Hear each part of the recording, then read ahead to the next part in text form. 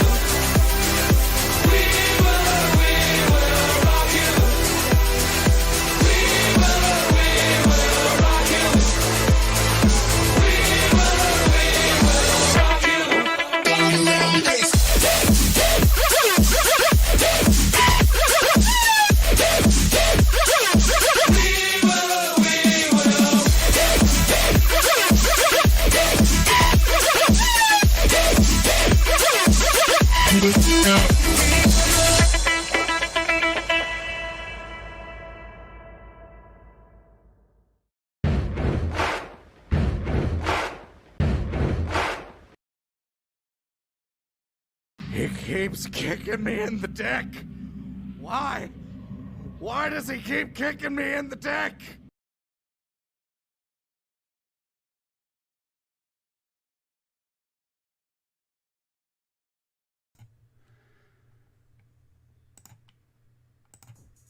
Alright, I just want to say before I even start, I don't like the new YouTube Live.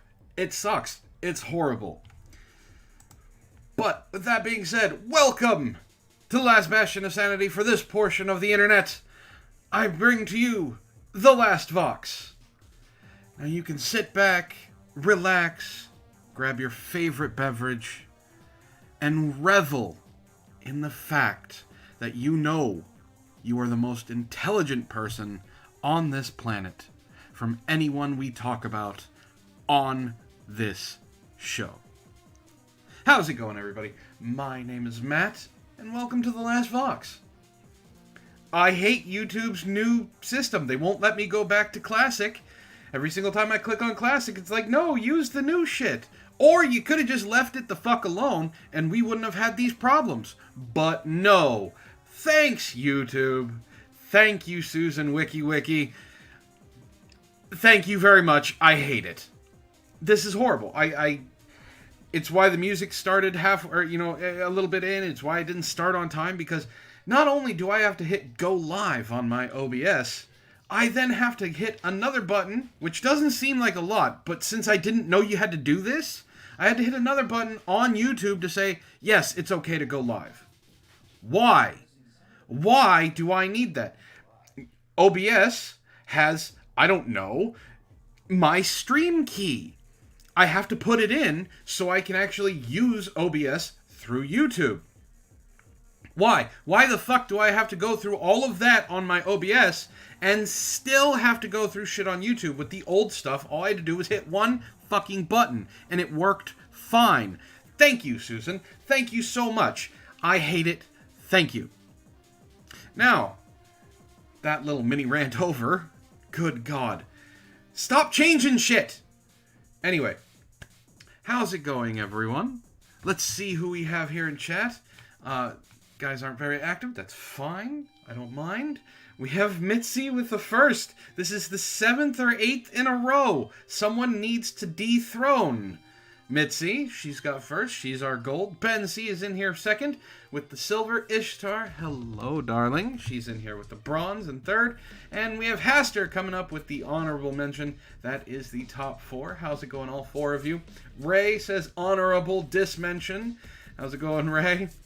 Zaw says not first. Unfortunately, Zaw, you were not first. How's it going? And set it to Wumbo. I haven't seen you before. How's it going? Set it to Wumbo. And then we have Cinder Shadow says, hi, yes, new YouTube live stream sucks. It does. It sucks a lot. Haster, you got your honorable mention. So that's all I can say about that. And good morning, damn alien.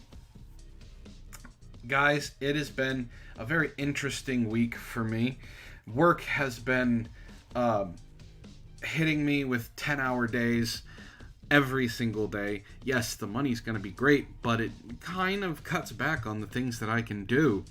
I'm having issues finding time to actually be able to record not only game footage, but also be able to edit and do things like record stuff for Antoine's video on War on Corruption. It's all of this stuff is kind of been pushed back as far as I can, because this is what happens. So we get home from work, and basically we make dinner right away. And Ishtar and I are trying to eat healthier, which is always good, which is why we don't get as much fast food. Because if we were just trying to get shit done, we would pick fast food up on the way home, and it would be over and done with that way. So when we come home, I actually cook meals. By the time we're done eating, it's late, and then there's not enough time for me to be able to unwind and record. So I'm working on it, guys. I'm working on it. How's it going, Nathan? You are not first. You are far from first, but you are always a welcome sight here, sir. Damn Alien says, Mitzi's throne has molded to her. Won't fit anyone else now. You're not wrong. Cinder Shadow says, so wait, you're saying Antoine is in need to give a fuck again? Well, he's been making videos. He's been doing some videos. It's just, over the last couple months, there's been a lot of stuff going on in the house. I haven't had time to record for him. So, he's getting back in the swing of things. And no, Femevil, how's it going? You haven't missed much. We just kind of started. Oh no. Oh no. Zeogold says, I found someone for Antoine to do a video on named Sleeping Warrior. You know what? If I get through the articles and stuff to talk about today, we may take a look at him and see how Sleeping Warrior does. Nathan says, I remember when I did 10-hour days, fucking sucked, but the money was great. Oh, I'm not complaining about the money. The money is good. It's just a lack of time to do anything else except come home, eat, and then go to bed. We're not even in our peak period yet, and I'm already done with this stuff. So, but anyway, it has been an interesting week, guys. As you know, California dropped SB 145. I talked about this on Wednesday. Pissed me off enough to where I had to go where I did a stream on it, real quick, after Last Vox after hours, about an hour long. Ranted for a good hour, talked to you guys. It was all fun and games. If you guys weren't there for this and you want to know what SB 145 is, well, that's a new bill that is going to take it to the judge's consideration to put someone on the sex offender registry if they're within 10 years of having anal sex or oral sex with someone who's from the ages of 14 to 17. Now, I'm going to make that clear. If they get caught, they're still probably going to be charged. It's the problem with it's the sex offender registry part. Now, it's up to a judge's discretion. So what that means is someone who is 24 years old can have sex with a 14-year-old and not be put on the sex registry. Sex offender registry. Not have to go around saying, hey, I had sex with a minor. You might want to keep your minors away from me. So, yeah, California needs to burn. So I got into it with someone on Twitter about this. Do you want to know what their problem was with it? It wasn't that... Now, I thank God they were not defending this, but they were like, no, it's not 14 to 17-year-olds. It's not having sex with a 24-year-old and a 14-year-old. It's 15. Well, guys, you and I went through that article or that bill, and it's 14 to 17. So that was their thing. It wasn't that it was. Oh, they compared it to a Romeo and Juliet law. Here's the thing: Romeo and Juliet is a lot different than SB 145. Romeo and Juliet allows a sexual relationship between someone who is under the age, as long as certain criteria are met. Now, some of that criteria differs by state. Now, what exactly is some of the things that are these criteria? Well, one of them is, but before you turned 18, you had to have been dating this person beforehand. So if you're dating a 16-year-old and you just turned 18, you're not automatically going to get arrested. Romeo and Juliet laws take place. You are still safe for having that relationship as long as the parents are okay with it. That's part of the Romeo and Juliet laws. Same thing going for someone who is 21 having sex with a 17-year-old. Technically, that's creepy as shit. Well, I'm not even a 21-year-old. 20-year-old having sex with a 17-year-old. Most Romeo and Juliet laws are around a 3-year age difference. Some states is 5, some states is 3, and some states don't accept Romeo and Juliet laws at all. Now, Romeo and Juliet doesn't come into play a lot of the times. It's only when the parents want to press charges for statutory rape. For those of you who don't know what statutory rape is, that is when a minor who is willing in the age of 14 to 17 has sex with an adult. If they are within the realm, the what is it called? If they're within their yeah, Devin will love the new Cali bill. If they're within the God, I can't, it's on the tip of my tongue. I can't think of what the fucking term is. But depending on the some of it's 16, some of it is sometimes it's 14.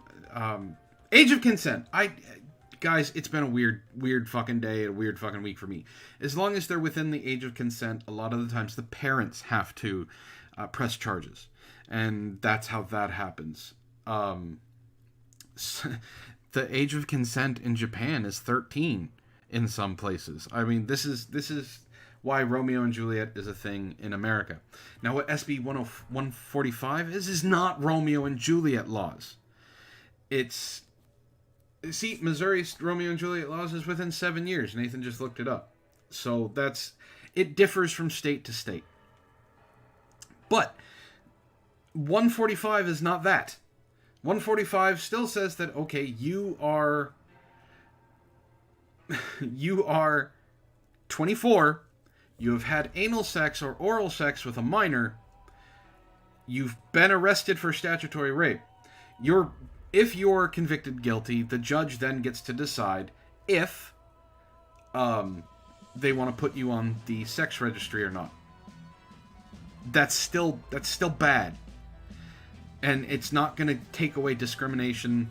I'm going to change the subject in a second here, Zeo Gold. I want to explain everything. It doesn't take away the discrimination against the alphabet people like it says it was going to. So I don't think 145, SB 145 is a huge mistake, and it needs to be gotten rid of immediately. So, how is it a weird day? Ishtar says, how is it a weird day? I'd figure you were having a good day. I have been having a good day. This day is added up into the entire week there, darling. So, we've had some riots. We've had some deaths. We've had some attacks. And we have Antifa walking through the streets of New York with Destroy America banners and Overthrow America banners, looking like they're wannabe white ninjas. So, we've had some weird things, and I've had people defending this. How's it going, Dark? Long time no see. Bade, what's up? Bade says democracy was a mistake. Well, okay. I can't say democracy is a mistake. It's not that bad. Slacker, I have no idea why I am only on the left side of your headphones. That's a you problem. So, I've had people defend this, and we got someone. I was talking to someone who was having a discussion with me, which I thought was in good faith about this. And when I brought up to the point of what's going on, the over 900 police injuries, the billions of dollars worth of property damage, and the 33 dead, this person responded with, well, that's a good start. I'm sorry, what? That's not how these things work. But these are the type of idiots, and he continued to go on and defend this up until that point. As soon as he said that, well, let's just say he went, there were crickets. Which is good, because that's not how this works. And it was talking about, Haster, you bring up a point. It was underneath something that was talking about the white sensitivity stuff, I believe. But talking about that, guys, I don't know if you know what critical race theory is, but critical race theory is a theory that is taught in college that is supposed to take systems of society and look at them through the critical lens of race. Now, let me explain what this means. In the simplest of terms, what critical race theory does is basically say white people are automatically racist, automatically evil, and they're automatically oppressing everyone. That's critical race theory. And for those of you who don't know, Trump has basically said, well, we're not going to have critical race theory anymore in any of our governmental programs. Anything based on critical race theory is going to be thrown out. Which is great, because then we're going to actually deal with the real problems instead of, hey, white people are racist. So, I don't know. People are losing their damn minds. Because the first thing that happened, of course, is when this was announced is, Trump is a fascist! This person is screaming from their iPhone in the middle of the Starbucks that they're trying to burn down because they decided that the criminal that got shot 7 times in the back, who had a criminal warrant against him, attacking the woman he was there to see who stole her keys, is the reason to riot. This is all fucking dumb. And I want to say that people are waking up to this. I want to say that people are seeing this for what it is and kind of going crazy, to the point that Don Lemon, who is an avowed lefty, is basically telling all of the political left, hey, yo, whoa, hey, whoa, hey, whoa. We need to stop doing this because it's looking bad for Biden. Not that it's bad for the country, mind you. Not that it's bad for the idealistic America. Not that it's bad for the American experiment, but that it's bad for Joe Biden. I mean, come on. Babe, you're right, Trump's not a fascist. And I keep pointing this out. If Trump was actually a fascist, if America was a fascist government, these people who are rioting, these people who are saying that the president is horrible, he's a racist, he's evil, and all this stuff on Twitter, would just disappear. We would never hear from them again. That's fascism.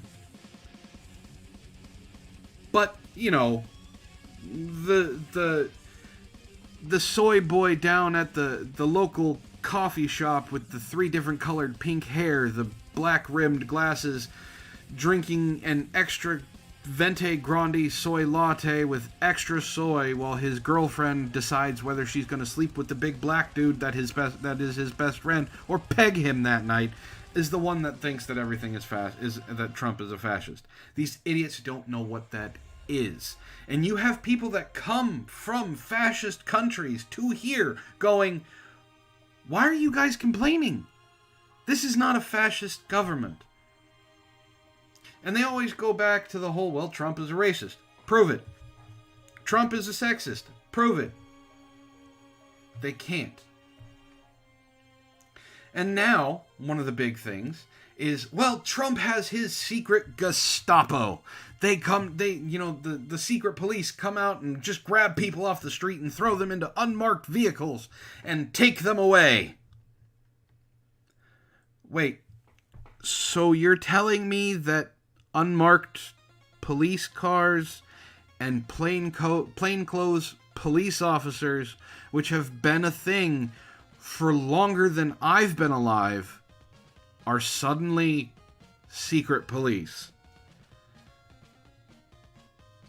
Sure, we'll go with that. And they keep bringing up the one where there were cops on bikes that 2 people came out and just threw someone in a van. And it's like, and then the police just suddenly showed up to back people off, and they were all riding bikes in New York. That's because that was their warrant collection squad. Or whatever it's called. I don't know what it's called specifically. But that's what they were. This person had a warrant out for her arrest, and they picked her up and took her in. And then, I have to bring... Give me just a second, guys. I have to bring this up. I have to, because of how just beautiful it is. And it's about Ted Wheeler. Let me find it. I have to scroll. There we go. So we'll watch this real quick. Let me turn the music off.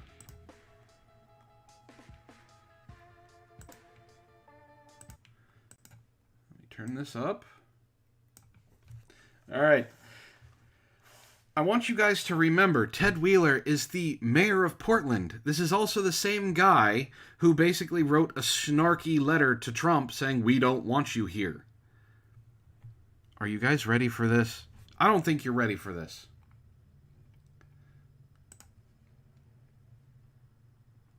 What degree we can do something specifically to hold accountable repeat offenders, but I'd like to see that too. It doesn't sit well by me that the police make an arrest, somebody's processed in the jails, they're not held, and they're right back out on the streets. Let's take that back for a second. Let's take that back for a second. I want you to listen close to what he said. Processed in the jails, they're not held, and they're right back out on the streets. So they'll arrest, somebody's processed in the jails, they're not held, and they're right back out on the streets. So there's more we can do with... It doesn't sit well by me that police make an arrest, somebody is processed in the jail, and they're right back out on the street. Wait. Isn't it the Portland DA? Isn't it the Portland DA who basically said, we're not going to press charges against the people who are committing crimes that are involving a riot? I'm pretty sure that was Ted Wheeler's DA that said that. So, as you can see from my tweet, it's almost as if he needed to fucking do something. I mean, they're going on 100 nights of riots and protests. It's almost like writing a snarky fucking response to Trump's offer to help with federal law enforcement because you wanted to prove Trump was a dictator. In parentheses, I have to put, he's not, by the way, because if I didn't, idiots out there would, well, say that he's a dictator, so of course he's going to turn him away. And was a bad fucking idea. Look, I'm definitely for voting these idiots out. $5 from Nathan Marcano says, communists delenda est?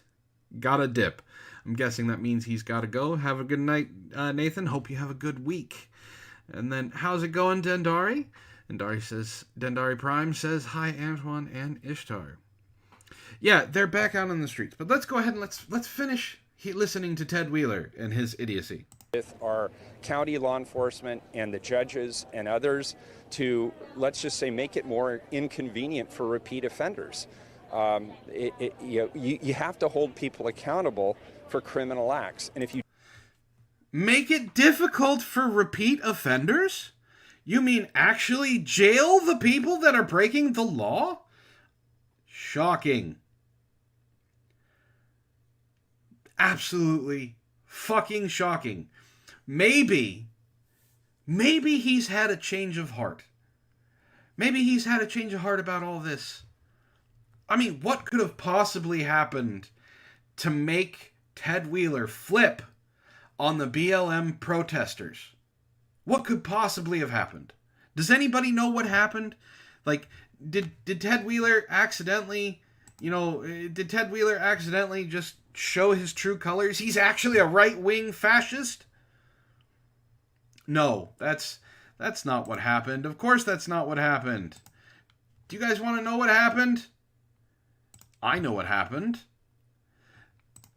Aside from his poll numbers, the BLM protesters and the BLM rioters showed up on his doorstep. Not only did they show up on his doorstep, they broke into the lobby of his apartment complex and tried to set it on fire, with about 140 other people still living there. To the point that Ted Wheeler has decided he can no longer live in his condo, and he is going to have to go to one of his other 3 homes. Yeah, that might be a reason that he's changing his mind on these repeat offenders. But that's not the worst of it, guys. You think Ted Wheeler is bad, right? I understand. Ted Wheeler is a fucking idiot. But he looks like a goddamn genius compared to this woman. Just listen. It's bad. Now, she's on the right here. She's on the right of this. Let's go ahead and let's enlarge this. She's on the right here. If you think Ted Wheeler's bad, listen to this woman. Your unwillingness to be critical of a group that has kind of co-opted that anti-fascist movement, or at least are willing to use violent means in order to uphold those same beliefs. When we look at the history of white nationalism, when we look at the KKK even, and when you look at law enforcement's historic sympathizing, if you will, with white supremacy in the United States, what you have people saying is that we are not going to tolerate that kind of violence here. And they're responding to that. If there were no people who were white supremacists, if there were no white nationalist agitators, if there weren't this new KKK who were coming to be racist against Black Portlanders, who were anti-Semitic, right, against our Jewish community, Okay, I just want to point out, you guys, Femme Evil, you're not wrong. She looks like a textbook Karen. Ray comes in with saying, bad sign when her glasses are so large the lenses can be used by the Hubble.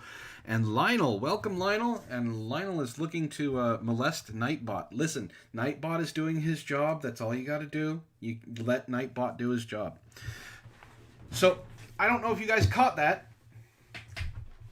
I don't know if you caught it.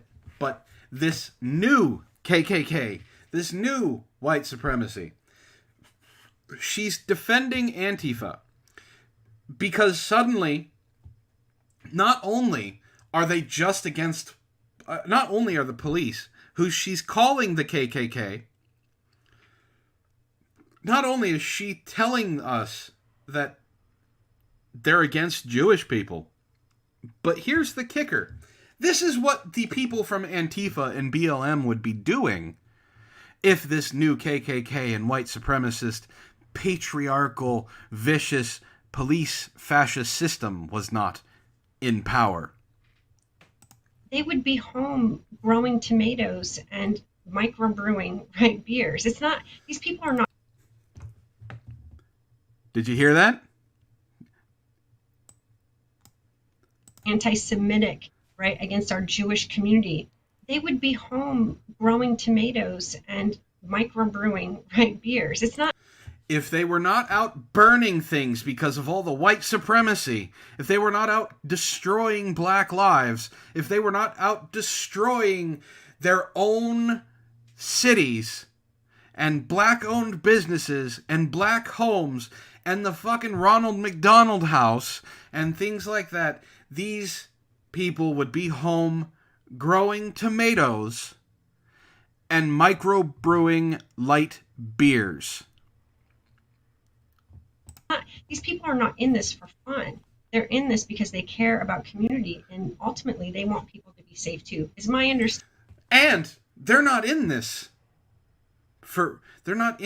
because they want to be nice. They're in it because they're there to protect their communities. Do I have to point out the over $1 billion in property damage? But they're protecting their communities. This woman is insane. Now, why do I bring her up? Because this person is going up against Ted Wheeler for mayor of Portland. When you make pussified Wheeler look like a strong contender, there's something wrong. There's got to be better. There's got to be someone better than these two idiots running for mayor. There has to be. Meth. Dark. I'm assuming it's meth. Although she is from Portland, so it's probably angel dust or something laced pot kind of thing.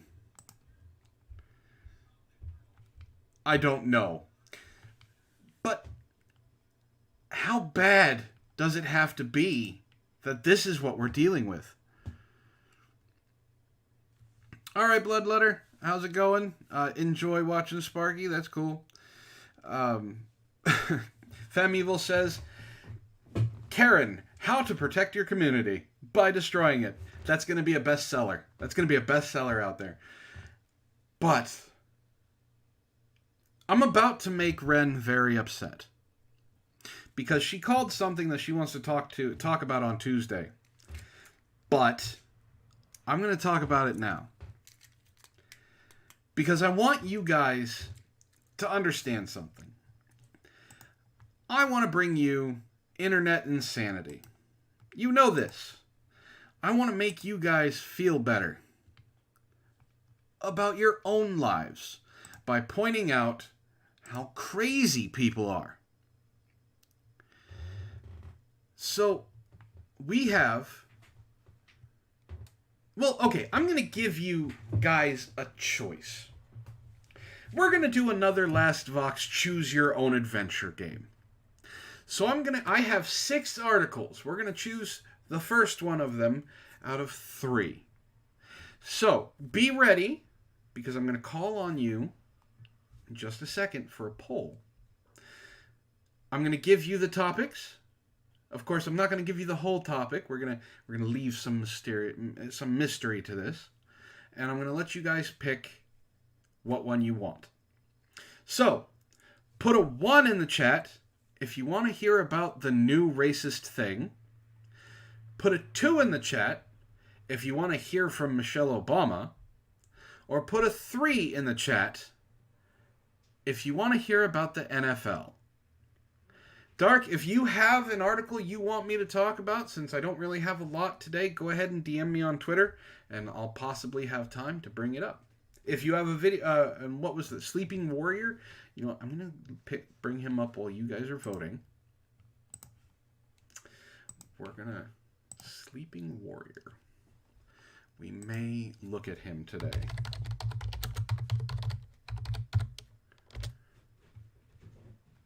Oh God, he's got 5,000 subscribers. Shush. Fake flat earther. Physics teacher crashes and burns against another flat earther. Oh, please don't tell me he's a flat earther. I don't know if I can handle this. I may have to get Antoine in here. Okay, so we have Ben voting on 7, which wasn't one of the options. Then he says 8 and 9. We have a lot of 1s. Yes, choose your own adventure, like Gozer. So we have everyone wants 1. Want to hear about the new racist thing. You guys are not going to believe this. Are you ready? Okay. All right. This is from the United Wildlife Union, from a guy named Cade-6. Should tell you all you need to know. This is something that is so racist that everyone does this. Everybody. Everyone has the ability to do this. This is how racist it is. To the point that Ishtar and I have discussed being this racist. Alex over on Tonky Time is this racist. Are you guys ready? Here we go.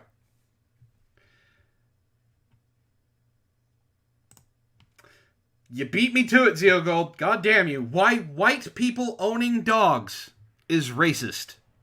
That's right, owning a dog. Not just a pet, but a dog. Man's best friend. I'm surprised they didn't call it racist and sexist, but yes. White people owning dogs is racist. I don't know. I don't know how, but Cade is going to tell us. Cade-6. Cade-6 is going to tell us how this is racist. Are you guys ready for this? You guys are not ready for this because I know I'm not ready for this. But let's go. Let's do this. Let's fucking go. We're going to find out how this is racist. I love it. Way back in a time, almost 12,500 years ago, the first canines were becoming domesticated. Through toil and hardship, people had earned the trust of our now beloved best friends. Look at all the racist people I have in my chat here. Femevil is racist. Mitzi is racist. Damn Alien is racist. Haster is racist. I did not know I had so many racist assholes in my chat. You guys are all racist, and you should feel bad. I really don't care if you guys own dogs. It's amazing. Dogs are awesome. Okay, they are. They always have been. The symbiotic relationship between dog and woman was very groundbreaking, as humans had never been this close to an animal before. Humans would provide shelter and care for the dogs, and in turn, the dogs would hunt and fetch firewood for humans. The reason I'm detailing this history for you is so everyone understands the importance of the events that took place all these years ago. The relationship between dog and woman being that close is usually reserved for the dark parts of the internet that we make fun of. You know, we don't talk about that part of the internet. Here we talk about how, you know, we see it on Twitter all the time. The good dogs of the internet. But apparently it's racist. Okay, FemEvil says cats are better, but I love my doggo regardless. Well, unfortunately, FemEvil, cats remember a time when they were worshipped as gods, and they refuse to let humans forget it. That's why they act the way they do. Yes, Whitney, Wisconsin is another version of a woman who has gotten very, very close with her dog. And unfortunately for Cade, man domesticated dogs, not woman. Man did. So we're gonna set that one aside real quick. Let's see. According to bioarchaeologist Gregor Larson, the domestication of dogs started in two places, Eastern and Western Eurasia. The Eurasian people worked non-stop to gain and maintain the trust with these gorgeous creatures, but it was all stolen from them. How's it going, Steve? Owning a cat isn't racist because cats own you. Very true, very true. Ray says, I call bullshit. The relationship of women and dogs wasn't that close until the Andean Indians invented peanut butter 2000. Who? Ray, we already talked about that. We're not going to go that far. The greedy actions by white people stained the history books forever. Oh, Steve, if you own a dog, you are racist, because white people owning dogs is racist. What actually happened? Shortly after the Eurasian people worked so hard to train and bond with wolves, most of them were shipped off and given to Europeans, these filthy white savages took the work and credit from the Eurasian people and branded these magnificent creatures as their own. The need for white people to claim pre-made or pre-discovered things is not isolated to just this incident. Countless times in history, whites have been caught stealing the work of and talent of people of color for their own success. Honestly speaking, we shouldn't be surprised that white people would steal the domestication of dogs as well. Based on historical knowledge, this behavior will not slow down within the white community. Okay. Racist. How is it? How? How is this shit racist? How? Someone explain it to me. Please. I would love to know. Yeah, Eurasians, he's talking about Europe, Eurasians, you know, whites are part of, he doesn't, Ray, it's all right. He doesn't understand that part. He doesn't understand that there are white people in Eurasia. It's fine. It's fine. It's no big deal. Okay? It's not a big thing. But this is something that all people can do. Right? This is something that everyone can do. Everyone can own a dog, whether you're white, whether you're brown, whether you're Asian, whether you're purple, whether you're black, whether you have polka dots, chickenpox, AIDS, it doesn't matter. You can own a dog. So please explain to me how this is racist.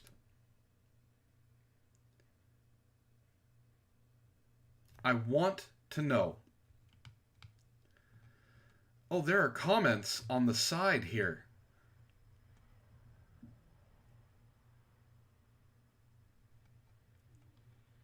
Oh, dear God. All right, how does this affect it? Oh, geez. It turned. This is Cade. This is Cade -6. This is the person that is telling you that you are racist if you own a dog and you're white. All right, how does this affect us right now? If you are white and own a dog, you are openly participating and advocating for cultural appropriation and colonialism. Reinforcing this culture is not acceptable and will come with its repercussions. God damn, Tom. Tom, for $20, says, I just sold a $500 DVD, so you get a bonus. Well, thank you, sir. But people of color invented currency, so excuse my cultural appropriation. Bravo, Tom. Bravo. What DVD did you sell for $500? God damn. And if you're listening, I hope Siri is listening as well. So how's it going, Super Siri? Yes, they think everything in Western culture is white supremacy, zero gold. That's why they're able to fight against people. I said that today. It's really simple. This is why people on the left, this is why the extreme left automatically call you something as horrible as a Nazi or a white supremacist. It's so that they can unperson you. And what I mean by unperson, it means that they're able to take away who you are and lump you in with something that is genuinely considered bad. Okay? Racists are genuinely and regarded as horrible people. So when they do that, they can then hurt you in whatever way that they see fit because you are a racist. So Aster brings up a really good point. Did y'all know that the Asian people, specifically the Taiwanese people, stole bubble tea from the black folks? If you didn't know this, it's because you're actually intelligent and know that that never fucking happened. Ishtar says, I bet Cade's parents wouldn't let him have a dog. Probably right. I also think that the reason they wouldn't let him have a dog is because they knew that he was eyeing that peanut butter a little too closely and was wondering what would happen to the dog if they left them alone. But at the same time, Cade smells his own farts like it's breathing air, so I'm sure he would have his nose buried deep in a dog's backside.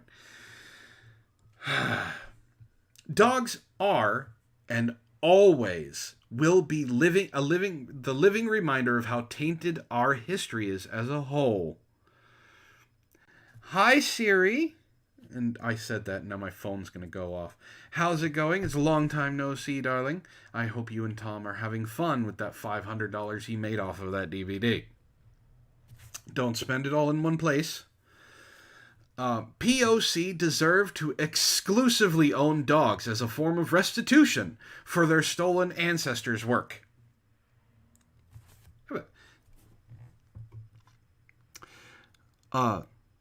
Even Michael Vick? I mean, is he allowed to own dogs? I'm pretty sure you would be upset, Cade, if you let Michael Vick own dogs. I mean, the rest of us don't want Michael Vick to own a dog.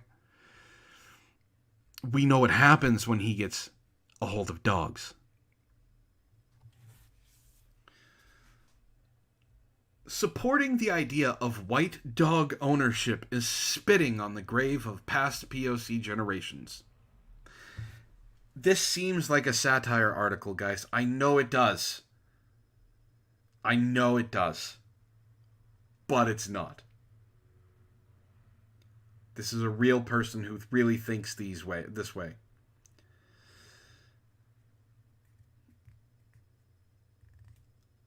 With International Dog Day coming up, it is important we remember and advocate for the work of POC and never let this unbalanced history be forgotten.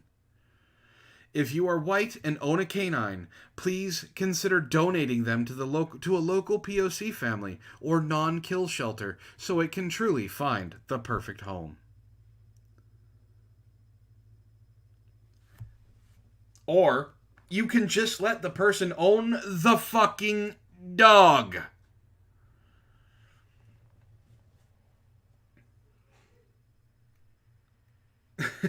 Siri says, my stepsister and her boyfriend have a house full of Apple products and have said that Tom can't ever call me Siri at their house for that reason exactly. Now, she did not come up on my phone. She has before when I've said hello to you.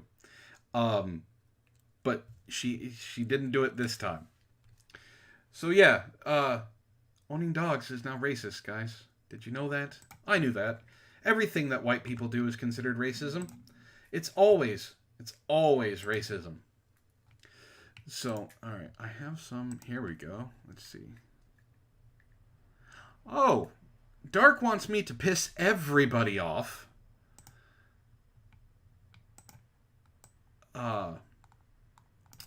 if we get to this, I will talk about it. So I have it pulled up.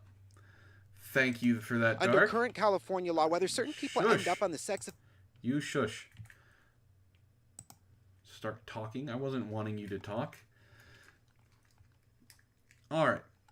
And I think Ben C sent me something. So give me just a second. Let me check my messages here. Oh, God. Is this from CNN? Really? All right. So we have that. You guys want me to talk about flat earth stuff, so Ben sent me something about flat earth.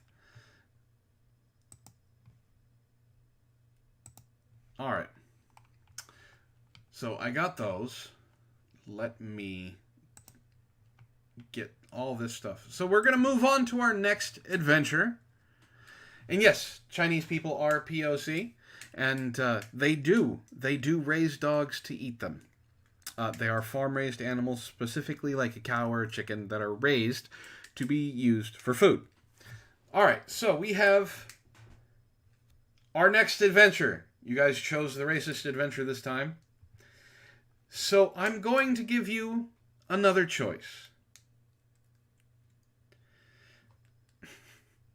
Ray says, everyone talking about flat earth is really making her self-conscious. She will fill out when she grows up. He's talking, of course, about Earth-chan. We all adore Earth-chan, and Earth-chan will tell you herself she is not flat. All right, you guys ready for another 3 to choose from?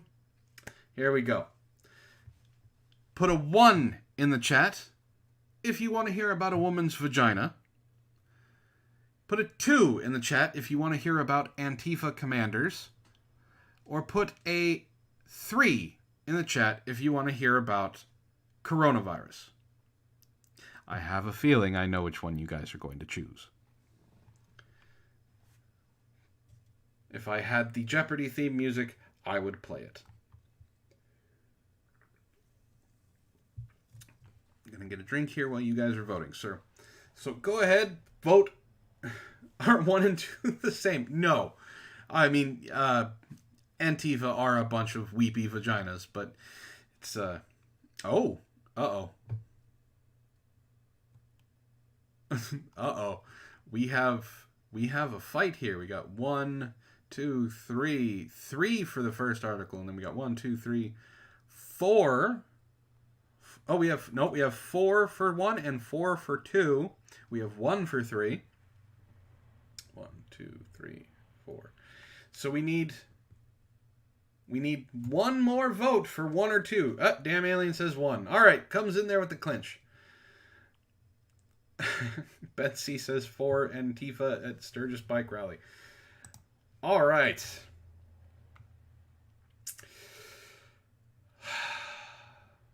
This, guys, I don't know how you plan on doing it. I don't know how you're going to take this. But just damn.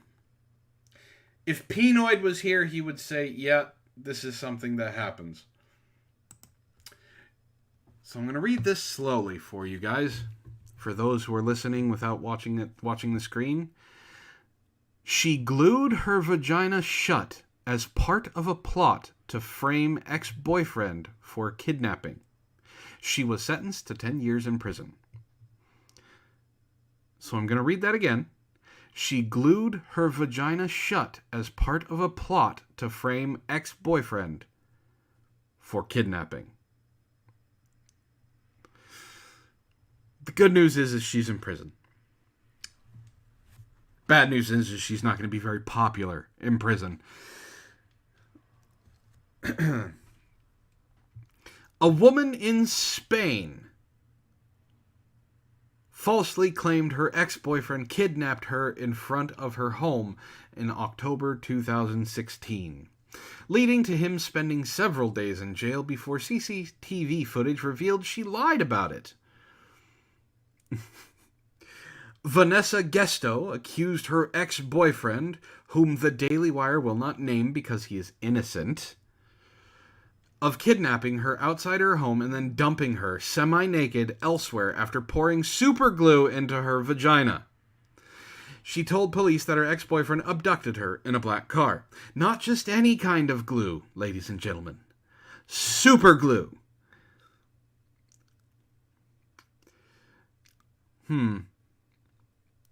The ex-boyfriend was arrested and spent several days in jail before Gesto's lies were uncovered, the Daily Mail reported. CCTV cameras showed Gesto buying what police called a kidnap kit, including knives she used to slash herself, from a Chinese-run supermarket in Bembembury,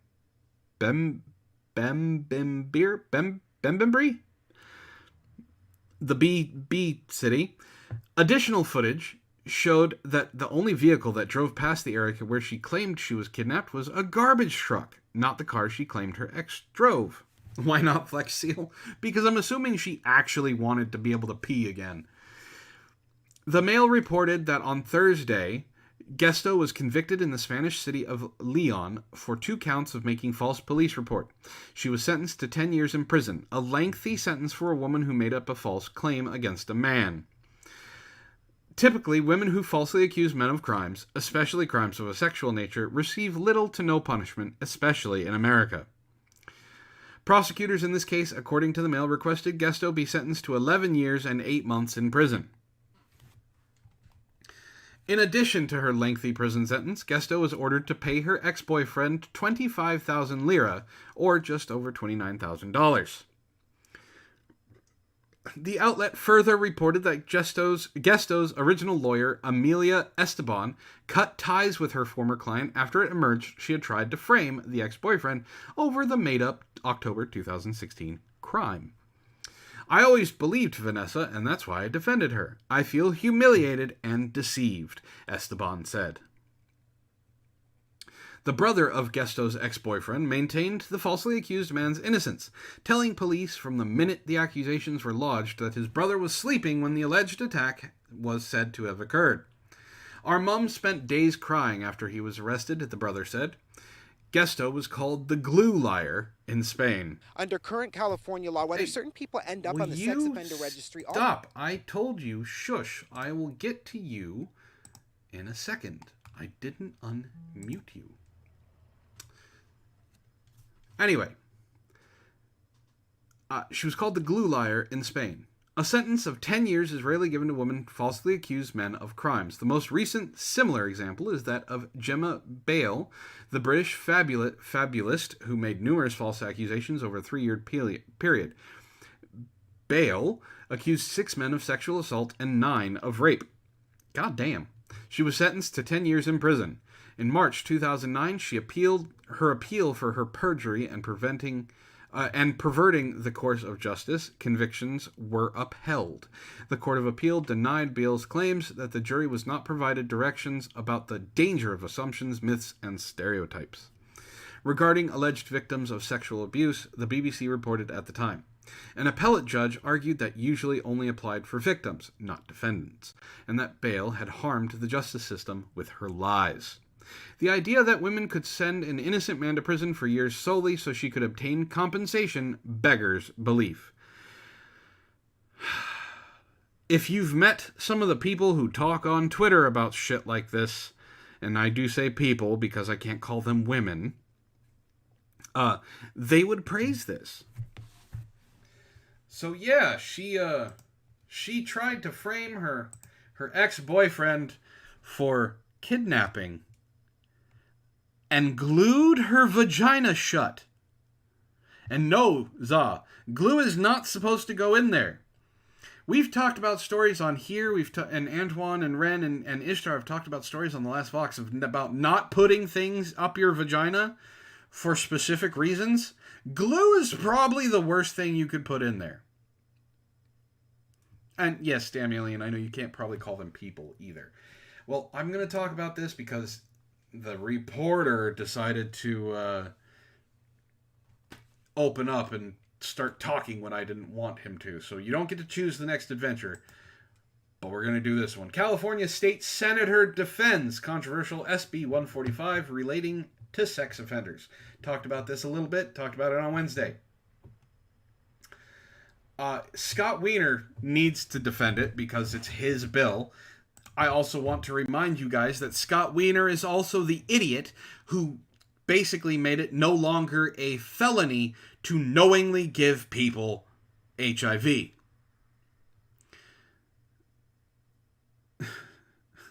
Ray says, seems like an open and shut and shut and shut and fuck, it's really stuck case. So, Sacramento, California. Senate Bill 145 sits on the desk of California Governor Gavin Newsom, who should chuck this in the circle file container right away. The lawmaker who authored the legislation is defending it from online criticism. I'll get to Corona-chan as soon as I'm done with this.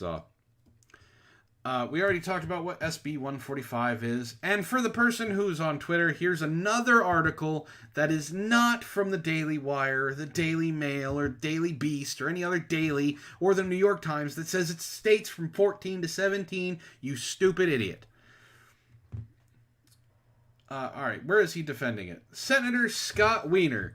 SB 145 ends discrimination against LGBTQ young people on California's sex offender registry. It treats LGBTQ people exactly how straight people are treated. No. No, it doesn't. The reason that... Okay, so for those of you who don't know, I talked about it a little bit on Wednesday.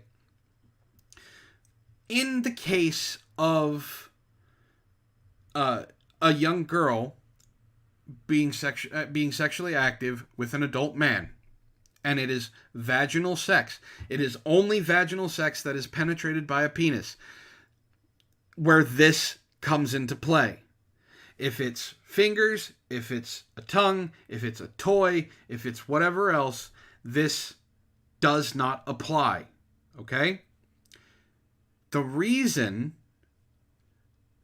it can be held, a reason a judge can show discretion for the male in this case of a young girl being sexually assaulted or a guy being accused of statutory rape or things like that is because it was in the best interest of the child if pregnancy occurred. That is the only way that that's the only way that the bill that is fighting this, SB 145, has anything to do with the judge showing something of a stipulation towards putting someone on the sex registry. Because if a child came of that, it would be impossible for the father of that child to make money in order to pay for that child. So this does nothing for the LGBTQ community at all. Because a gay man cannot get pregnant from having anal sex. So there is no baby that the adult male should be making money for. If it's two lesbians, there is no baby coming from this. If it is a transgendered male and a female, well, that's still two biological women. There's no baby. If it's a transgendered female and a male, well, there's still no fucking baby. So this does nothing at all for what he's talking about. It's just a way to keep pedophiles and predators off the sex offender registry. Because the caveat for this, if you guys didn't know, is that if the 14-year-old said that they were willing. So yeah.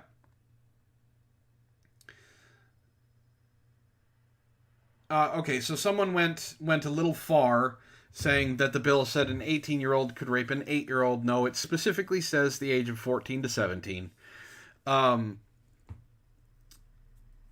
But he's defending this, and he's getting a lot of pushback because his reasonings are stupid. So, yeah, I know this makes people uncomfortable, so we're gonna go ahead and we're gonna move on from that one. Let's see.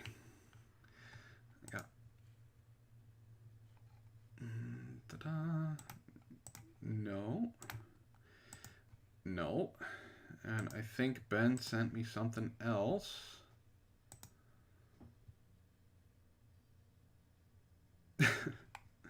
Okay. Yeah, Ben sent more than a few things. Oh. Ben actually sent something that Antoine may like. We may not talk about that. We'll see. We'll see how things go. Alright, guys. It's time to choose your own adventure. Yes, California should definitely burn. I agree with that. Alright. So it's time to choose your own adventure again, guys. I know this is something you don't want to do. It's kind of painful, but we have to go through it. So, put a 1 in the chat. If you want to hear from Michelle Obama, put a 2 in the chat. If you want to hear about an Antifa commander, or put a 3 in the chat if you want to hear about the NFL. Yeah, California is burning, but I think what we're talking about burning is they need to let it burn. Just California is one of those states that needs a big reset right away. Just big reset right off the bat.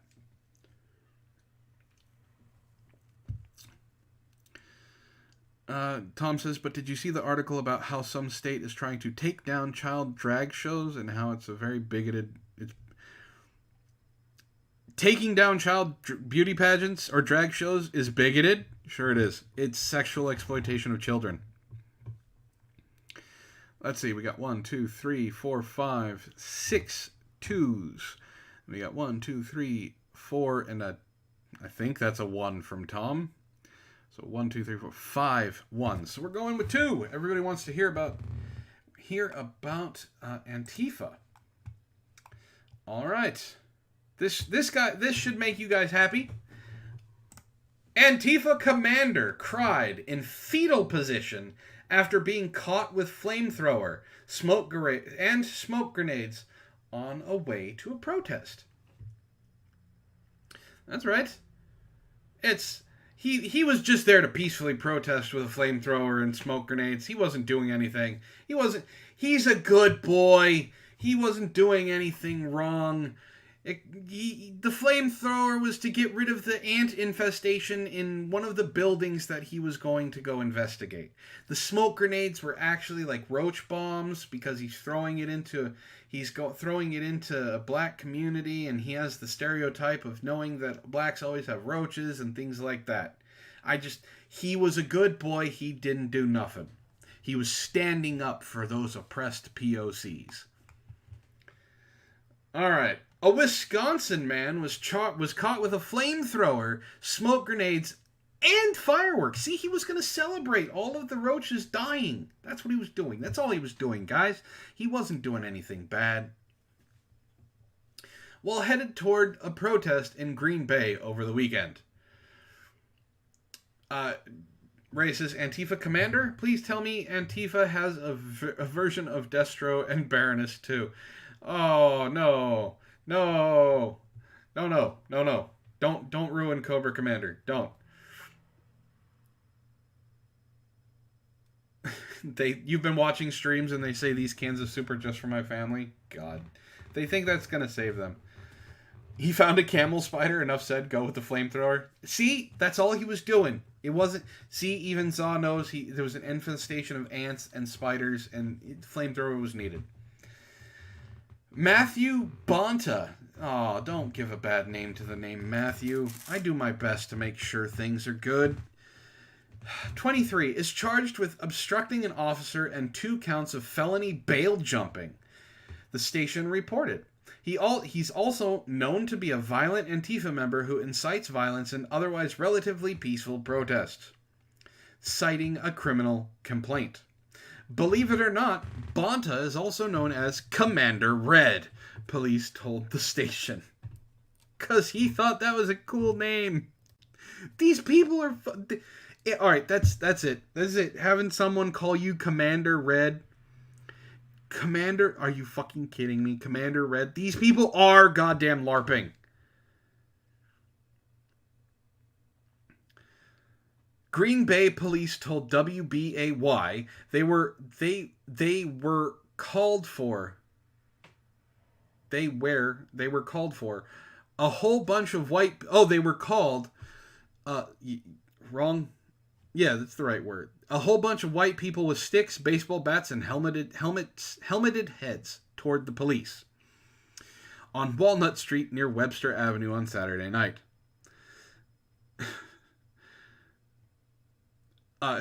Yes, I know what a camel spider looks like. I don't need to see it. I don't want to see another one. I don't know who comes to a protest with a baseball bat for anything other than criminal or illegal activity, Green Bay Police Chief Andrew Smith noted to the station. More from WBAY. A responding officer says he saw 4 individuals walking towards a protest with baseball bats. One man was wearing a metal helmet with goggles and military-style gear with multiple pouches, and was carrying an Antifa flag. But remember, guys, and according to Nadler, Antifa doesn't exist. They're a boogeyman. Does not exist. Antifa is not chanting Black Lives Matter. Antifa is not taking over Black Lives Matter and destroying things. Antifa does not have any leadership or any way that you can join them. It is just a movement of random people who all happen to dress the same, have the same ideology, talk to each other on Twitter, have specific flags and names on Twitter, but they're not a group at all, guys. Not at all. They're not a group. Okay, you can't hold them accountable for what the other Antifa members in their group do. I mean, it's not a group, but you can't hold Antifa accountable for what Antifa does. When the officer pulled his squad card in front of the group, they ran away. The officer caught Banta, who was carrying the flag, and says Banta dropped into the fetal position and began crying. He accused the officer of laying on him. The officer replied, nobody was on him. Yes, just like the Trump and Russia collusion never happened. This is not something. Tom said it right. It's just a right-wing myth, man. Banta admitted he was headed to the Green Bay protest, but denied he was planning to incite a riot.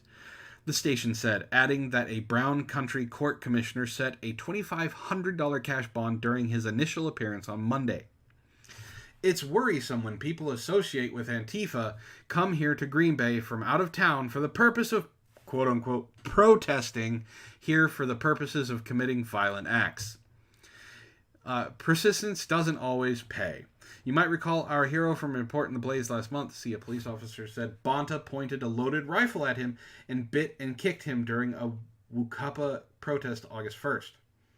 Banta, according to WBAY's story on last month's incident, was charged with second-degree reckless endangering use of a dangerous weapon, pointed a loaded firearm at an officer, battery to a law enforcement officer, use of a dangerous weapon, biting an officer, battery to law enforcement officer, kicking an officer, resisting an officer, use of a dangerous weapon, and disorderly conduct, use of a dangerous weapon.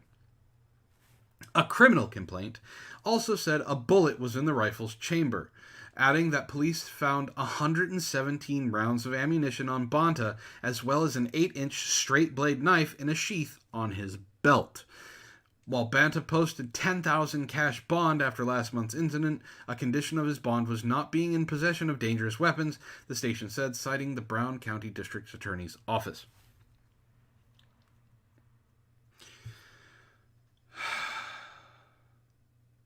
Okay, so one of the things, I want you guys to get a good look at Banta, because, you know, he's Commander Red, one of the commanders of Antifa, this badass with his flamethrower and smoke grenades. One of the things that they like to say about Antifa is that, and the left in general, is that the left and Antifa and BLM haven't killed anyone. Look how many people the right have killed. I'm going to quote Tim Pool here because he's got it right. Just because they're bad at what they're trying to do doesn't mean that they're violent. Doesn't mean that they're not violent. Just because they're bad at killing people doesn't mean that they don't try. Siri, Man, Siri's being mean. Siri says, hey, he looks like a pussy. I'm pretty sure I could walk up to him and slap him. Not that I would. And he'd fall down crying. Who would follow him? Anybody who drinks enough soy to make sure that they're becoming a woman. No offense to the women in the chat. I know for a fact all of you women actually stand up for yourselves because you guys give me shit and you give Antoine shit and anyone else I've seen you talk to, you give shit to. This, I'm talking about turning into one of the cringiest motherfucking women you could... He would become the Karen of police. So, yeah. Just because Antifa hasn't killed anyone yet, except for, you know, the guy that was murdered a few nights ago, they're not, you know, they're just bad at what they do. They're still causing damage. They're still causing violence. They're still, and I'm going to use this term, they're still evil people. Because they're using their flags, they're using their quote unquote protest, they're using their ideology to basically destroy things. Destroy the communities they're supposed to be defending. So yeah, take a good look at Commander Red and realize that he is going to be Bubba's bitch within the first, I wouldn't even say the first day. I'll put money on it. He is Bubba's bitch within the first 20 minutes of him showing up in prison. So does this mean the right is G.I. Joe? You know, it is a possibility. It's a possibility. All right. You guys are tagging me like crazy. So, no, nope, not showing that one. All right. Our meme smith has a meme that I wish to show you guys for some brain bleach. There you go. Dark says, Antifa hasn't killed anyone. 32 plus people have just mysteriously died of COVID-19 during their otherwise peaceful protests. True. Siri says, no, not Karen. She's a hardcore bitch. He's a bunny or a candy who can be destroyed by just a hard word and some side eye. Not wrong. Not wrong. And thank you, Ray, for keeping Baroness Butt in frame for this. Thank you for making sure that the Baroness is showing off some of her best attributes. All right. So, because you guys like to torture me, we're gonna do something a little different this time, and we are gonna take a look at Sleeping Warrior. So, wow, I don't know what to choose. Okay, I'm gonna let you guys pick. There's a bunch of things on screen. I'm going to read them, and we're going to go over one. So, let's see. We got no amount of evidence will ever persuade conspiracy cats, Sean Hafraud. I don't know who that is. Physics teacher crashes and burns against another flat earther. Sleeping Warrior is a Poe. That one's 14 minutes. The maths work, they say, unless it's about the horizon. Horizon Lives Matter. Does Where's Wally prove the star trails are neither northern or southern or nuh? Oh, God. These are some clickbait titles. Do you want to know what's sad? Antoine puts effort and time into his videos. And this guy spouts conspiracy theories and he gets thousands of views. Ow! Tim Pool is Shipwreck, Sargon is Bazooka, and Matt is Flint. I don't remember who Flint is. Let's see. We got... The ball model does not predict any obstruction, but there is. You want Horizons Lives Matter. Alright. Right. Okay. Can you guys see it? You guys can see most of it. Let me see if I can move that. Move it over so you guys can... There we go.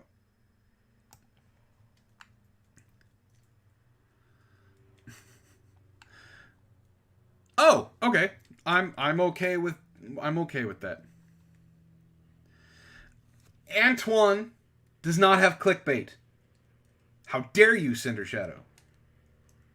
Only 10% of his videos are clickbait. So there. Ha. Alright, let's... Oh, God. Alright, so the title of this is The Maths Works, they say, unless it's about the horizon. Horizons lives matter. Are you guys ready? I'm going to turn this up. Here we go. That land that's there in the background. Zoom in on this land. Miles Delia Davis did a video on this, and he claimed that that land that's in the background, that's in pale grey, he claimed that that disappears because of Earth curve. But I'm at water's edge and I can see it clearly. Now if I drop my elevation, let's see what happens.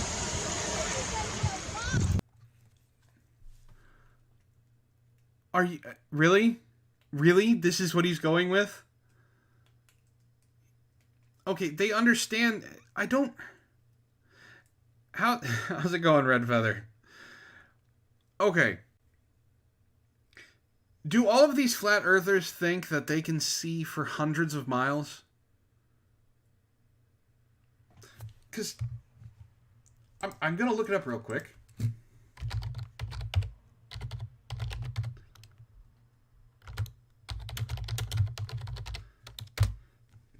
All right. So, the circumference of the Earth, measured at the equator, the circumference of the Earth is 24,901.55 miles. However, the Earth is not quite a perfect circle, and if you measure through the poles, the circumference is a bit shorter at 24,859.82 thousand miles. Do these people not understand that you can't see the curvature of the Earth from the Earth?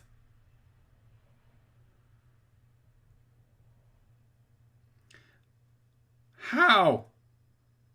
He's going to lower his phone camera down so the horizon doesn't disappear. We're only 30 seconds in and this is already debunked. We'll come back to that video shortly. Let's just consider miles.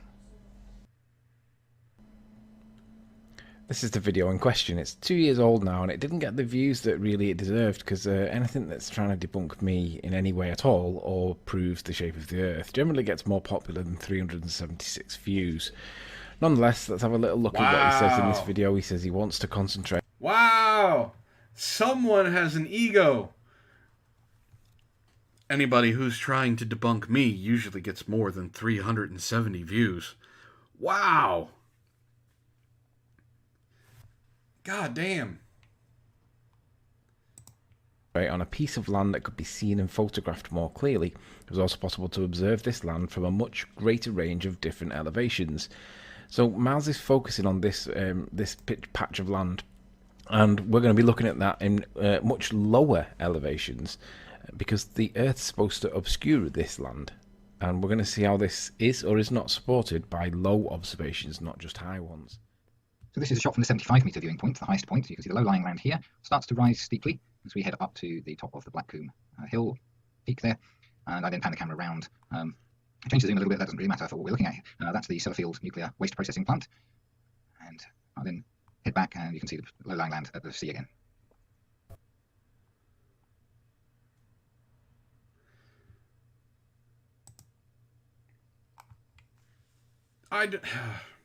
Alright, we're gonna, I don't understand. Yeah, it's pretty bad. I know what video you shared, Sparky, that's why I got rid of it. Deal with it. All right. I don't... Found someone with a bigger ego than Antoine. All right, let's see what other videos he has. This one doesn't seem too interesting.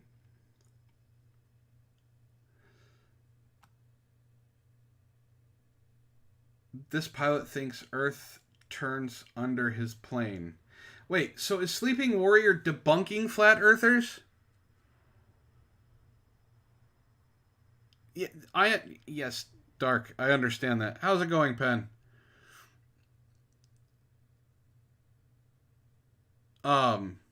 Okay, so does Sleeping Warrior debunk flat earthers? That's my question. Hi, everyone who is watching Sparky's Tech Corner's recaffeinated stream.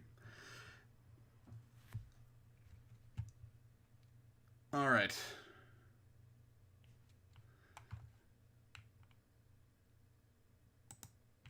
If he is debunking, I don't want to make fun of him for debunking flat earthers, but goddamn, if he is, his ego is huge. All right. We're going to choose our own adventure here, guys. So you have 3 more choices. We can talk about, put a 1 in the chat if you want, talk about Michelle Obama. Put a 2 in the chat if you want to talk about Corona-chan. And put a 3 in the chat if you want to talk about Flat Earth conspiracy.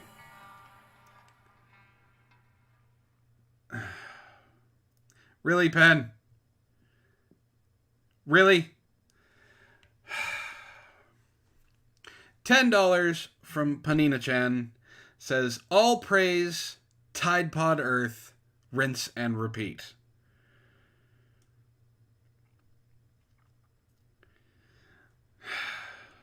You only get 1 vote, Za. 1 vote. Okay, so we got 1 for Michelle Obama.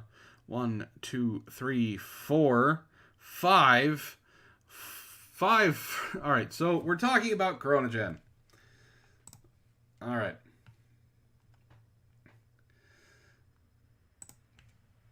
New York Times. Up to 90... I'm sure you guys have heard this before. How's it going, Winslayer? 90% of people who tested positive for COVID-19 no longer contagious. Don't need to isolate. Well, that's good news.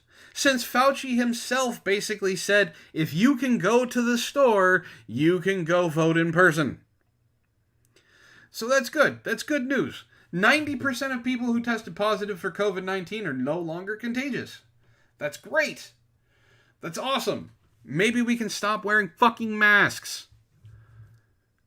It's known as the viral load. Giggity. Alright, Sparky, see you later. The most used test to determine if someone has COVID-19, known as a PCR test, is either positive or negative. That's it. But the test does not identify the viral load. The greater the amount of virus, the more likely it is that the patient is contagious. In 3 sets of testing data that include cycle thresholds compiled by officials in Massachusetts, New York, and Nevada, up to 90% of people testing positive carried barely any virus.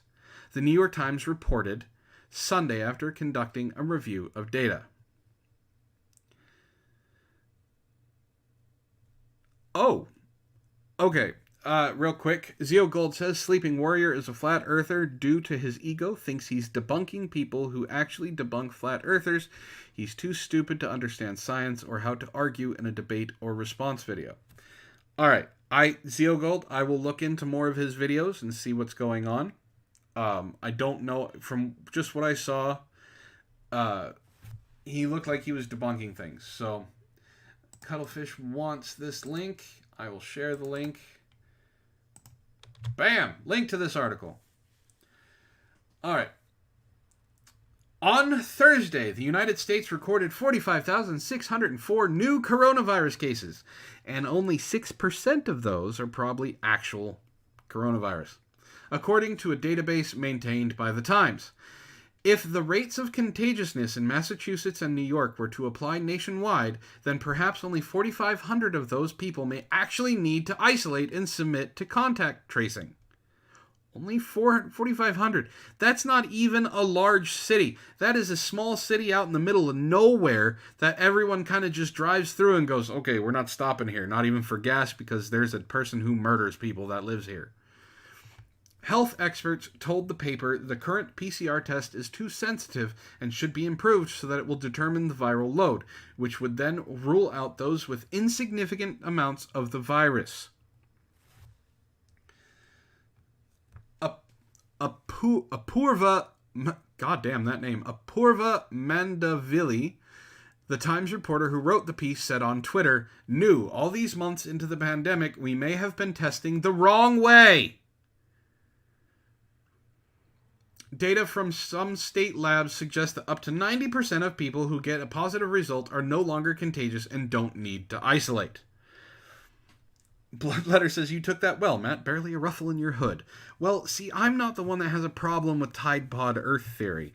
Antoine is not here, so he is the one that has the issue with Tide Pod Earth because of how things went about. But we'll continue on. It turns out that the PCR, that old reliable workhorse, is both too slow and too sensitive for what we need. And it all hinges on a metric called the cycle threshold. The current PCR test analyzes genetic matter from the virus using 37 or 40 cycles, but health experts say that is too high because it detects even small amounts of the virus that pose no risk of contagion. Tests with thresholds so high may detect not just live viruses, but also genetic fragments, leftovers from infection that pose no particular risk, akin to finding a hair in a room long after a person has left. Dr. Michael Mina, an epidemiologist at the Harvard T.H. Chan School of Public Health, told the paper.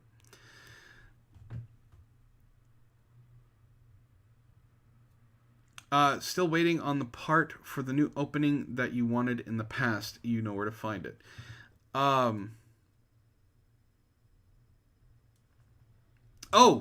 Yeah, new opening. Okay, I got you, Rug.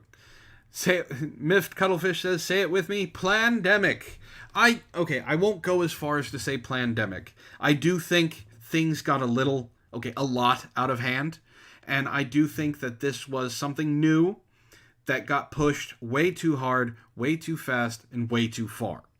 Okay, bird flu, swine flu, SARS, all this stuff has come out, and and it's 1,000 times more deadly than COVID-19 and didn't get a modicum of the amount of publicity this did. The reason COVID-19 got pushed so hard is because it was politicized. Because it was politicized and it was said to go against Trump, it's the whole thing about Trump could say air is good and all of the Democrats would try and hold their breath. Okay, it's because it was something to go against Trump. Ray, you can say I told you so as much as you want. And I admitted to you way back when that yes, I was getting scared with all the stuff that was coming out because I have a pre-existing condition.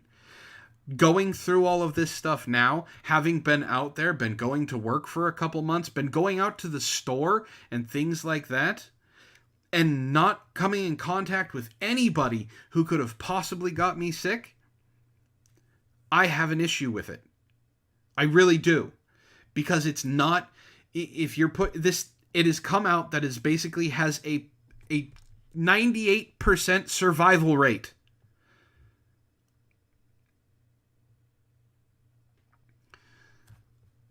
Okay, if you adjust that down to a more reasonable CT threshold of 30, anywhere from 40% to 90% of state lab results are no longer positive. The rest are well past the point of contagiousness. Yes! I still plan on clipping that rant out. I will probably do it tomorrow. Ishtar on MSNBC, the last MSNBC, at the beginning of the show had a really, really good rant about COVID-19. After this is over, if you guys want to watch it, go ahead. It's the link. It's the last episode of MSNBC. You will not be disappointed. She has her she has some opinions on things.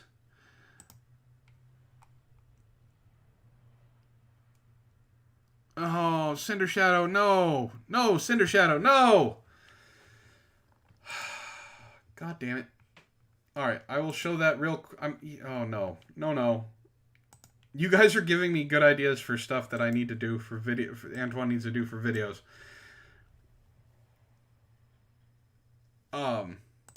Apparently Antifa is making a video game. Why? Antifa, the video game, wants to teach gamers about anti-fascism. Please let this be fake. Please let this be fake. That's all I gotta say.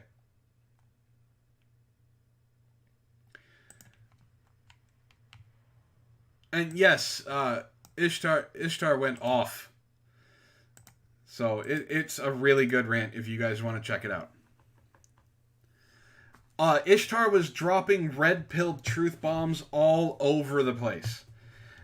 Like she said, tossing truth bombs like confetti. It was glorious. Dark says, Matt, if you want me to come on the show and talk with you for a bit, maybe I could join you for your Streamlabs video. Not going to be taking any callers this time. We got... God damn it. Cinder Shadow just sent me the link. It's a real article. Son of a bitch. Alright, not this time. I may be doing a call-in show again in the near future. We'll see. Alright. So, the article's almost over. Think about that for a minute. Think of the thousands of people being asked to isolate, refrain from work, and submit to contact tracing. But also think of the needless bottlenecks and all the people who aren't getting tested and isolated when they need to be, she wrote on Twitter. Imagine a neighborhood on fire. Here the firefighters have defined even dying embers as a fire, and are so busy putting those out that they're missing entire homes that are burning down and setting others ablaze. It's exactly that. Everything Ishtar said on the show on MSNBC was right. And yes, Ben, I have seen my notifications skyrocket on Twitter from my phone. I will check those later. All right. I got time for one more. Now, Sparky invaded. Penn gave money. There's a story. I think if Rogue is still in the chat, there is a story behind Tide Pod Earth. And that story is there was a stream we were doing a long time ago on a now dead channel called The Cunt Stream. And it was a show called Qualms of the Curious. And we were basically, it was me, Ishtar, well, Antoine, no, it was me, Ishtar, and Kadunt. And we were talking about spooky things and mysterious things and stuff like that. Well, we came up with Flat Earth was one of our topics. And Magog happened to come on. And it got to a point where Flat Earth... so it went from Flat Earth to Hollow Earth theory. And then Ishtar decided to combine them into it was Flat Hollow Earth theory, which was then nicknamed Pop-Tart theory. And I don't remember how it went from Pop-Tart theory to Tide Pod theory, but on the fly we got priestesses of Sniggles, because for copyright reasons, Lord Sniggles. Rinse and Repeat was the priestess's chant, which was Ishtar and Kadunt. And Magog and I were just done. It was just too stupid for words. So, after that, there was a rant by Antoine about about Tide Pod theory on, I think, Proper Villains. I don't remember. Or it was either Proper Villains or it was Caffeinated or Die. One of the two. So that's how that happened. Since we're talking about that, since we're talking about Tide Pod Earth and Flat Earth and things like that, I'm not going to have you guys choose the last adventure. We're going to go straight into the Flat Earth conspiracy is spreading around the globe. Does it? Thank you, CNN. I want to... That was a good joke. The Flat Earth conspiracy is spreading around the globe. Does it hide a darker core? Thank you very much, CNN. That was you did good, CNN. You did something good. I can't complain about that. That was good. You done good. Yes, Caffeinated or Die chose death. All right, so there we go. I don't want to be a flat earther, David Weiss says, his voice weary as he reflects on his personal awakening. Would you wake up in the morning and want everyone to think you're an idiot? Apparently you do, David Weiss. But Weiss is a flat earther. Ever since he tried and failed to find proof of the Earth's curve 4 years ago, he's believed with evident passion that our planet is both flat and stationary, and has turned his world upside down. Okay. Ray put up a meme in the Discord about Tide Pod theory, but it is a meme that has been going around. It shows the 9 planets, 8 of them are actual spherical, and then Earth is just this flat plate. So I want to know how, if these flat earthers believe that the Earth is flat, how come they believe the other planets are round? Oh, I know, they're just projections. They're just made up. The Earth is flat and it goes in infinite directions, infinite ways. It's from the archive. He turned his world upside down, yes. I absolutely freaked out, Weiss tells CNN in a phone interview. It literally whips the rug out from underneath you. Now Weiss finds it tedious to associate with the majority of people, though he unfortunately still has some friends who believe in a round Earth. You know, like everyone else that aren't flat earthers. I have no problem with anybody that wants to believe we live on a ball. That's their choice, he says. It's just not something I resonate with. Weiss' preferred community is those who share his life-altering belief. And that community is vast.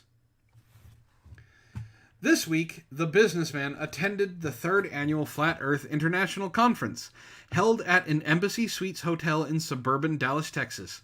Organizers told CNN that about 600 others went too. Previous conferences have taken place in Raleigh and Denver, while Brazil, Britain, and Italy have also held Flat Earth conventions in recent years. The event's schedule resembled any corporate conference, with some fairly noticeable twists. Speakers gave presentations including Space is Fake and Testing the Moon, a Globe Lie Perspective. Oh, space is just fake. Awards for the year's best flat Earth related videos were handed out, and believers reveled in an opportunity to meet several of the movement's most influential minds. A merchandise stall at last year's Flat Earth International Conference in Denver, Colorado. We've all been communicating online, but this brings us together so we can shake hands and give each other hugs, says Weiss. We can collaborate. We can make new friends. Because guess what? Our old friends? We lost a lot of friends. That's because you're all fucking insane. I don't know if Sparky instigated it because I don't remember him being on that show. Like, the Tide Pod Earth one, the Flat Earth Qualms of the Curious, was Ishtar, Kadant, myself, Schmeckel, of course, and then Lo-Fi showed up, and then Magog showed up, and that was it. Now, Sparky may have been in the chat, but I don't know if he instigated the whole thing. I think he instigated it on... The rant he instigated was on Caffeinated or Die.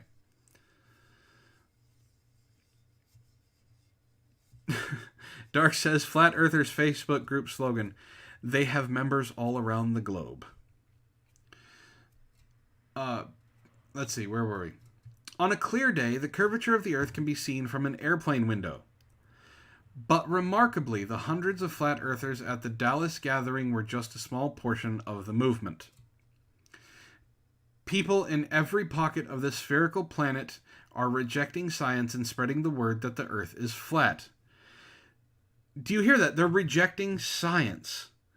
So what Siri said just a little bit ago was exactly that. It takes faith to believe in this stuff. They have to have faith in the fact that the planet is flat.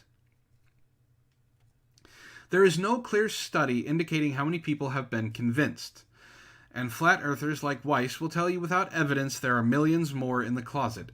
Anyway, including Hollywood A-listers and commercial airline pilots.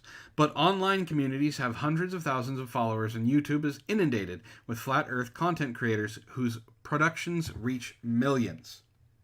A YouGov survey of more than 8,000 American adults suggested last year that as many as 1 in 6 Americans are not entirely certain that the world is round. And while a 2019 Data Fola Institute survey of more than 2,000 Brazilian adults indicated that 7% of people in that country reject the concept, according to local media. The Flat Earth community has its own celebrities, music, merchandise, and a weighty catalog of pseudo-scientific theories. It's been the subject of a Netflix documentary and has been endorsed by figures including the rapper B.O.B. Because, he has all of the scientific doctoral theses at his command. We're going to listen to a rap artist. Cuttlefish says, when you kill God, you gotta believe in something. Am I right? Yeah, you're right. Yeah, but A-listers also believe in Scientology. So, again, not wrong. I've never seen... How long is this fucking article? Oh, God. Oh, God. No. It's not... We're going to stop here where it says it's not going to harm anyone. We're going to read this. Sargent could arguably be regarded as the godfather of modern flat earth movement. If you got into flat earth, there's a really high chance you read into my stuff first, he tells CNN. But he had help. It was the advent of YouTube that gave him a platform to spread his own views, which he says the movement wouldn't exist without. Flat Earth was a binge watch on YouTube, he adds, aided by algorithms and personalized recommendations that turn flat earth research into never-ending rabbit hole. Earlier this year, YouTube started burying those videos, with good reason, and reducing recommendations of borderline content. But video makers like Sargent feel it no longer makes much difference. Anything on social media is always going to be helpful if it goes viral, right? Adds Davidson. Well, Flat Earth has gone viral. CNN has contacted YouTube for comment. Good luck. But the alleged rapid growth of a movement so enthusiastically rejecting fundamental scientific beliefs does have some worried. It seems that increasingly people don't trust scientists and experts or their motives, Douglas says. More research needs to be done in this area, and I'm sure there are some positive consequences to believing in conspiracy theories. But early indications suggest that they are more harm than help. A medieval engraving of scientists leaving the world, representing the change in conceptions of the world in the 16th century. I don't say this often, but look, there is a downside, admits Sargent, reflecting on the movement he helped encourage. There is a side effect to Flat Earth. Once you get into it, you automatically revisit any of your old skepticism. I don't think they're just linked, Sargent says, of flat earthers and populists. They kind of feed each other. It's a slippery slope when you think that the government has been hiding these things. All of a sudden you become one of those people that's like, can you trust anything on mainstream media? Well, the answer is no on that. But, okay, here. I have a question.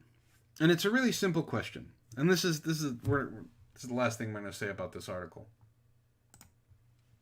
It's a really simple question. All of the governments of the world, what do they get out of making people believe that the world, that the earth is round?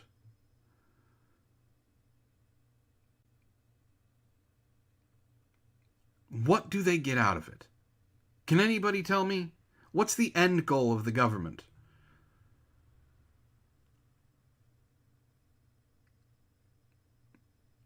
I don't know. I mean, the only thing I can think of is all of that money to NASA goes to just random people's pockets? Like, I understand that it's fun to talk about conspiracies and things like that. It really is. Conspiracies are one of the fun things, right? You can get into some really weird things, and one of my favorites is alien conspiracies. You know, the Area 51 stuff. But what's the end goal for it?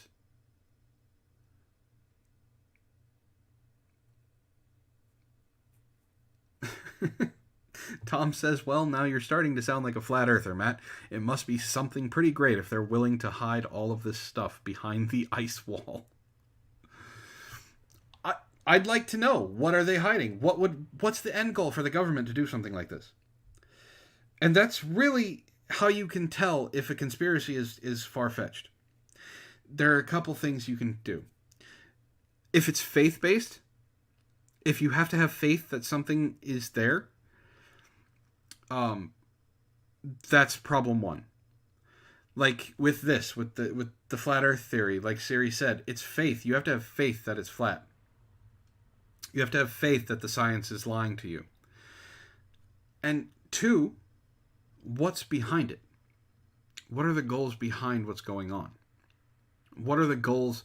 What would be the end game be of the governments of the world who can't agree on anything at all? What would their governments get in convincing the entire globe of 7.6 billion people that the earth is not flat? Anybody. I would love to hear from anybody that can justify something like that. All right, have a good night, Cuttlefish. I don't know. Oh, Za. Okay, so I've seen that meme. That's for Princess Peach's game where she is a teenager. The canon age of Princess Peach, I believe she's older than Mario. But it's her game, Super Princess Peach, takes place when she's a teenager. Thus the whole thing of her emotions being a big issue of it. Yeah, but we are already going to space. They're doing things with space already. We've already been to the moon. We're going back to do things. We sent the Mars rover out. The Hubble telescope. Where are these things? Now, I had a teacher in high school that was a flat earther. I didn't know it then, but he was. And one of the things that fucked me up was this. And he loved it. At first I thought it was just because he liked challenging his students. He was a science teacher. He taught biology. He was a flat earther. So one of the things that he asked the class was for proof that light bulbs do not give off light. They absorb darkness. And that is the waste of the darkness that is absorbed by the light from the electric companies is pumped into the ocean. That is why it's so dark at the bottom of the ocean. Because darkness is heavier than light.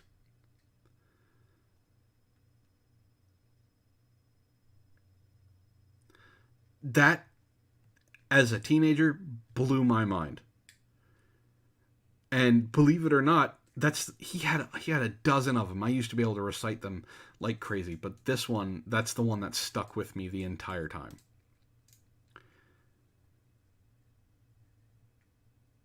So it's the flat earth stuff. Well, see, that was one of the questions that was asked, Red Feather. And he said that there's a certain amount that the filament in the light bulb is allowed to absorb and before it goes out. So that's why they burn out. They've absorbed as much darkness as they can.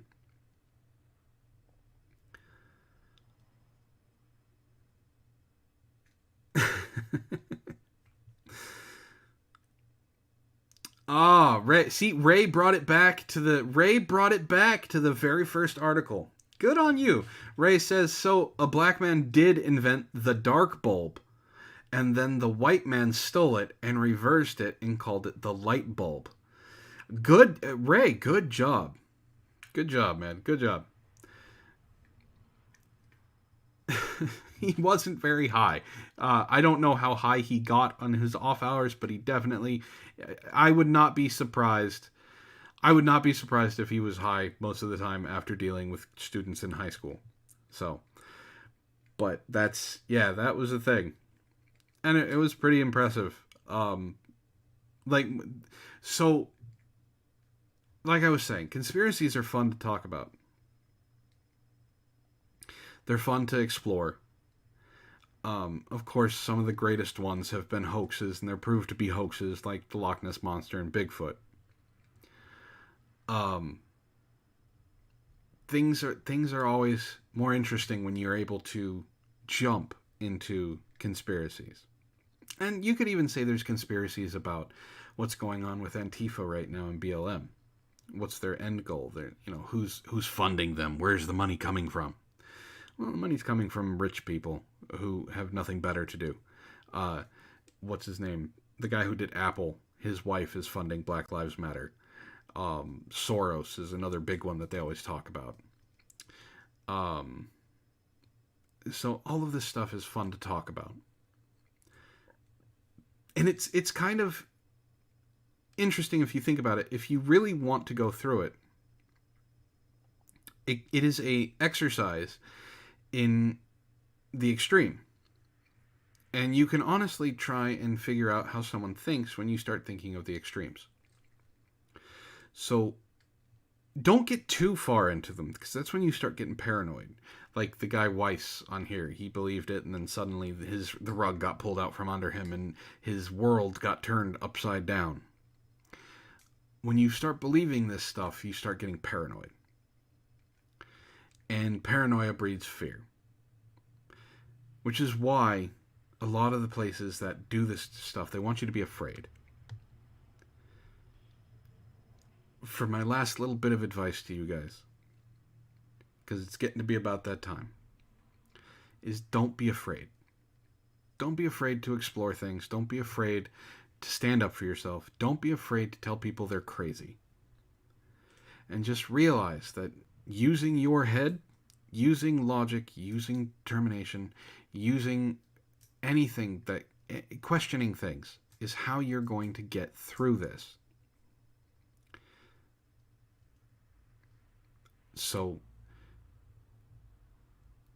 take your time. Have fun thinking about things.